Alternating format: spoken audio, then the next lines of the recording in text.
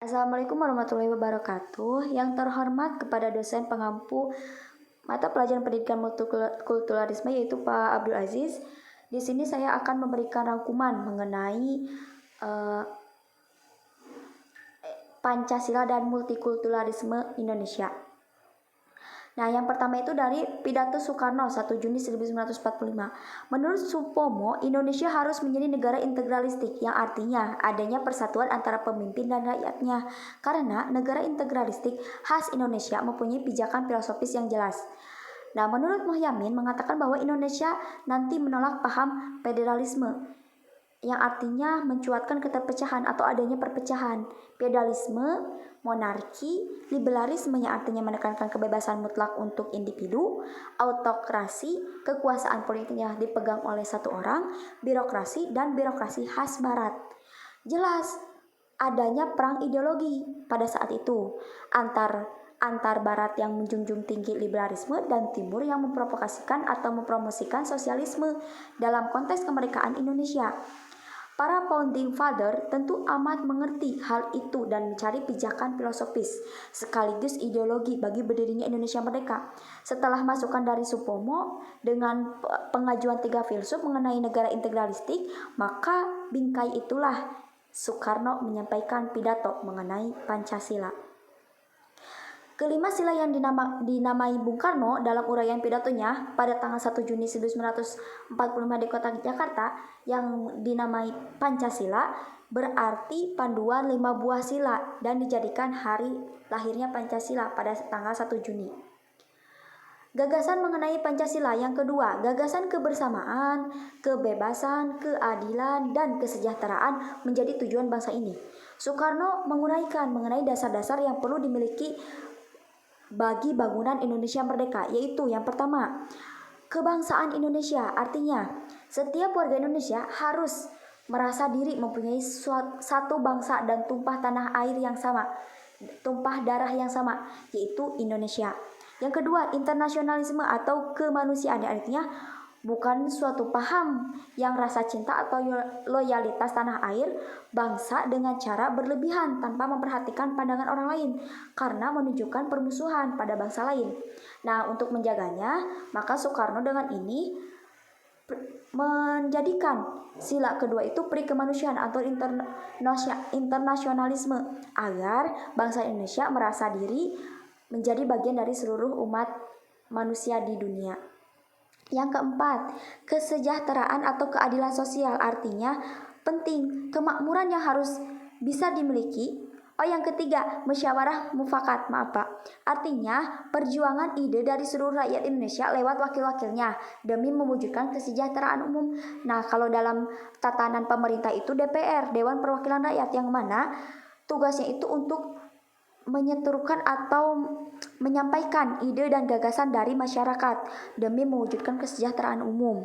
Nah, yang keempat, kesejahteraan atau keadilan sosial, artinya kemakmuran yang harus bisa dimiliki oleh segenap warga Indonesia karena untuk kepentingan inilah suatu bangsa terbentuk dari adanya kemakmuran yang bisa dimiliki oleh warganya.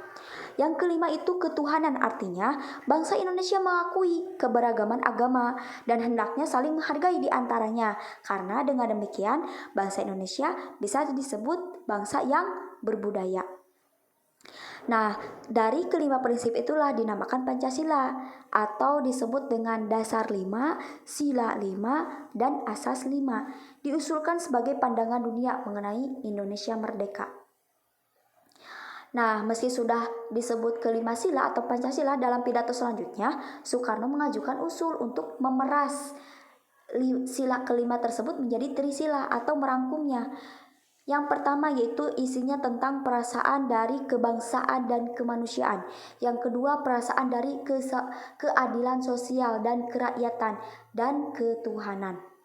Soekarno memeras lagi dari trisila tersebut menjadi ekasila, yaitu gotong royong. Argumen yang dikemukakannya karena ia menginginkan Indonesia untuk semua, dapatlah satu perkataan Indonesia yang tulen, yaitu gotong royong. Pancasila formal adalah cetusan rasional lewat pengadilan bertahun-tahun.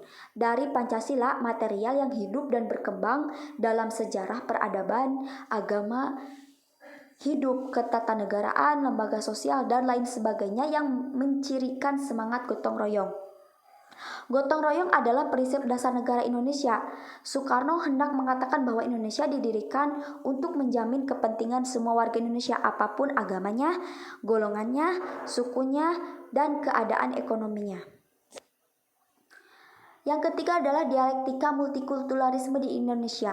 Dialektika itu adalah apa yang menjadikan multikulturalisme di Indonesia itu ada.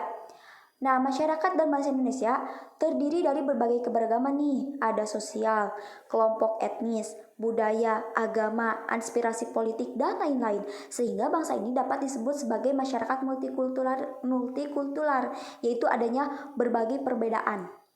Bangsa Indonesia masa kini konsep multikulturalisme sebagai sebuah terminologi yang baru dan asing. Kenapa? Karena kesadaran akan multikulturalisme dipendam atas norma persatuan dan stabilitas negara. Kemudian muncullah kata monomultikulturalisme yang mencirikan penyerangan atas berbagai aspek sistem sosial, politik, dan budaya. Contohnya nih, adanya masa amuk, pembakaran tempat ibadah, aneka kerusuhan, main hakim sendiri, aneka pembunuhan, konflik bernuansa sara, tindakan kekerasan terhadap aliran agama tertentu, dan lain sebagainya. Dan itu sangat miris sekali. Artinya dari berbagai kerusuhan etnis yang merebak di banyaknya tempat merupakan akibat dari rendahnya kesadaran dan wawasan multikulturalisme. Nah, multikulturalisme menekankan keanekaragaman kebudayaan dalam kesejahteraan. Ulasan ini akan menyentuh berbagai permasalahan yang mendukung ideologi yaitu politik, demokrasi, keadilan, penegakan hukum, kesempatan kerja dan berusaha, hak asasi manusia, hak budaya community, penghormatan atas golongan minoritas, prinsip-prinsip etika moral, dan multiproduktivitas. Maka untuk menekankan adanya multikulturalisme dalam keberagaman kebudayaan dan kesejahteraan itu memang banyak permasalahan yang akan dihadapi. Nah, usaha untuk membangun Indonesia yang multikulturalisme hanya mungkin dapat terwujud apabila konsep multikulturalisme menyebar luas dan dapat dipahami pentingnya bagi bangsa Indonesia. Kesamaan pemahaman di antara para ahli mengenai konsep multikulturalisme dan bangunan konsep-konsep yang mendukung amat diperlukan untuk dapat mewujudkan cita-cita ini. Nah, sehingga masyarakat Indonesia terkenalkan sebagai masyarakat yang majmuk, baik dari sisi budaya, suku budaya, dan agama. Keberagaman ini merupakan sebuah potensi yang bisa digunakan untuk membangun kapasitas masyarakat madani di tanah air. Namun demikian, ia juga masih menyimpan potensi konflik nih yang bisa meledak kapan saja. Karena adanya berbagai perbedaan itu, maka wacana masyarakat madani harus diimbangi pula dengan pemahaman multikultural yang mengedepankan kesejahteraan dalam kebinekaan, yaitu Bhinneka Tunggal Ika, walaupun berbeda tapi tetap satu. Nah, selanjutnya yaitu Pancasila dan multikulturalisme, bab terakhir, pembahasan terakhir. Konsep gotong royong menjadi dasar bagi pembangunan Indonesia.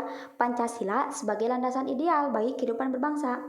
Nah, konsep gotong royong membuat semua elemen yang ada bisa merasa sederajat, merangkul semua ke dalam suasana kebersamaan, dan menyumbang sesuatu bagi Indonesia, serta mengedepankan semangat multikultural yang menghargai setiap perbedaan demi kemajuan bersama. Menurut Soekarno, Pancasila sebagai pandangan dunia, semua buat semua, dasar untuk demokrasi. Indonesia merdeka bukanlah negara Islam dan bukanlah negara sekuler, tapi negara Pancasila. Suara terbanyak akan melahirkan kesewenang-wenangan dan penindasan atas minoritas. Terminologi minoritas mayoritas itu lahir dari kultur liberal.